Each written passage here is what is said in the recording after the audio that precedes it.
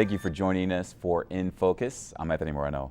Joining us today is our guest, Roman Jimenez. He is chair of the Doña Ana County Republican Party.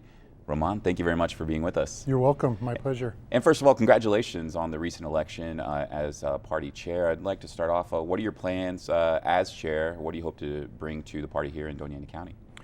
Well, what we're looking at trying to do is we want to make sure that we get the message out to the community about our foundational beliefs, the things that we're trying to accomplish as far as the ideals of the party, the things that we think are important to everybody, not just to a particular party, but ideas and liberties that are important to all people in the community.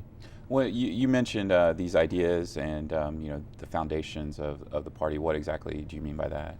Well, I think the basics principle behind our party is the liberties afforded by the Constitution that were ascribed to us as human beings from the writing to the Constitution, even previous to that. So we want to make sure is that people are aware of the fact that we stand for the liberties that have been given to them, their inalienable rights to free speech, their inalienable rights to own property, and to make their voices heard, and to live basically a free life of over-intrusive government. You know, we just had in 2016 a historic election. Right. President Donald Trump was elected, the first president without any real political experience. Sure. You know, I was wondering, what were your thoughts as a Republican on how Donald Trump was able to ascend to the presidency, not only the nomination, but the presidency? Sure.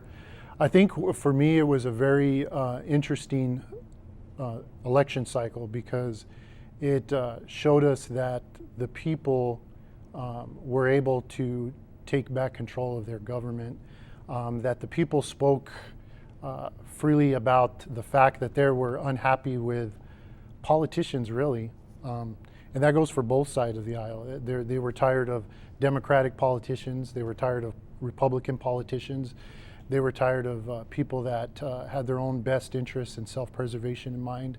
And they were looking for somebody that might be able to champion their own values, the things that were important to them, the things that they were seeing each and every day, the deterioration of the communities, the high crime rates, the lack of jobs, the stifled economy, the things that we were told were going to get better 8 years ago that never seemed to get any better.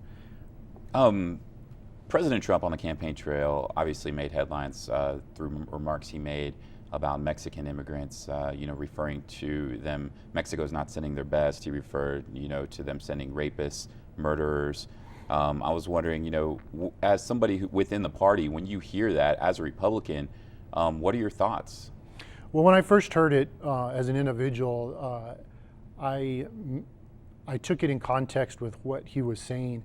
And to me, my interpretation of what he said was that not only are we getting good people from Mexico that want to make a better life, but Mexico is also allowing for bad people to come into our country, which I don't disagree with.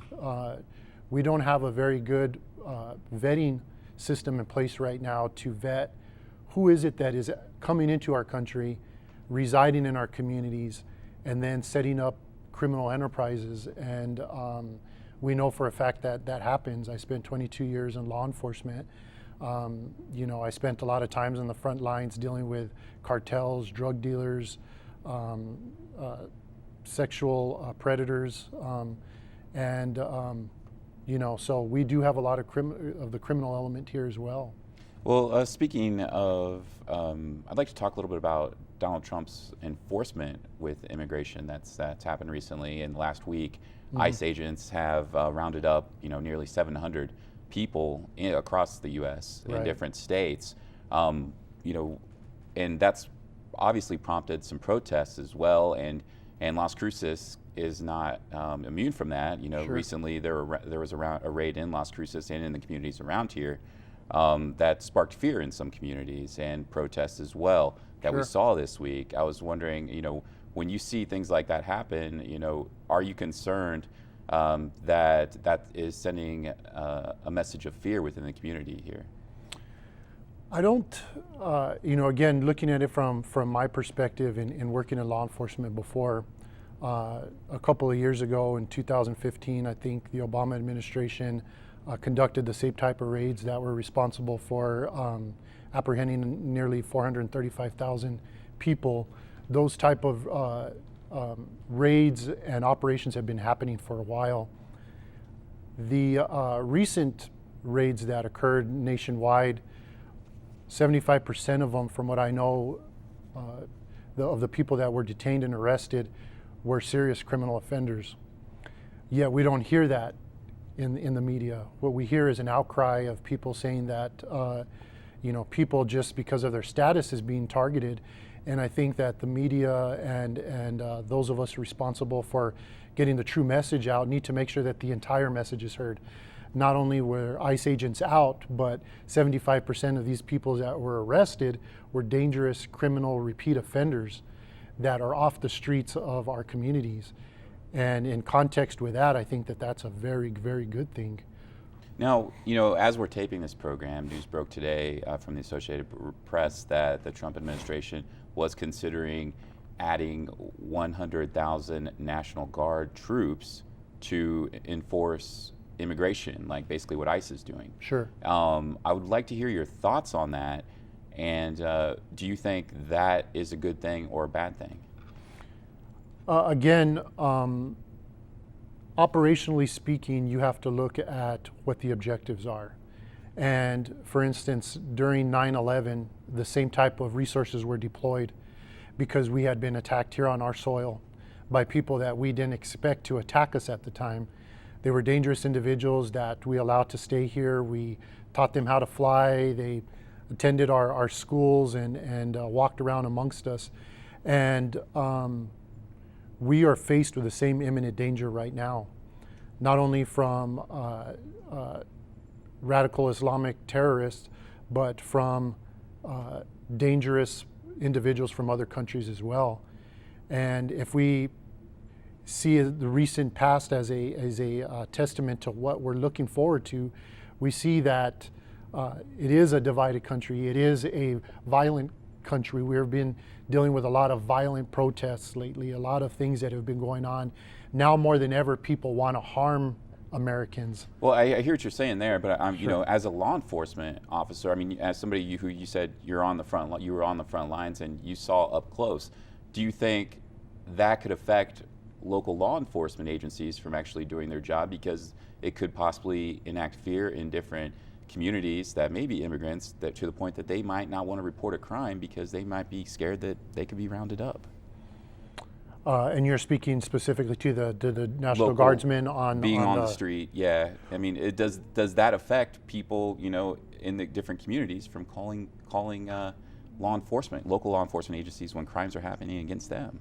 Yeah, that's a great point, and I understand the fear, and I understand the issues that people that are here illegally or undocumented might have concerns about, and I think those are concerns that they carry with them each and every day.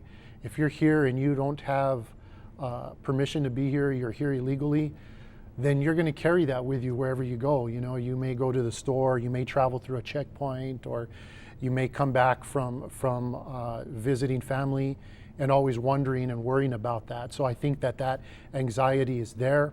I think the thing that we need to keep into perspective, though, is that when the people targeted are repeat offending criminals, that should give individuals some peace of mind. In other words, if you're not here and you're not committing crimes and you're not stealing from people and you're not running drugs and you're not a sex offender or a repeat DWI offender, that really you don't have a lot to worry about more than you have before.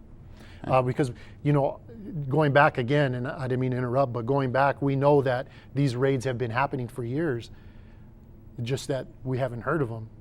All right. Now that Trump's in office, we hear about them. Okay, well, I want to, we're out of time, unfortunately. Okay. I want to say thank you very much for being here. Absolutely, and, it's my pleasure. Yeah, we look forward to having you back on the program. Okay, thank you. And we want to thank you for joining us on In Focus. I'm Anthony Moreno.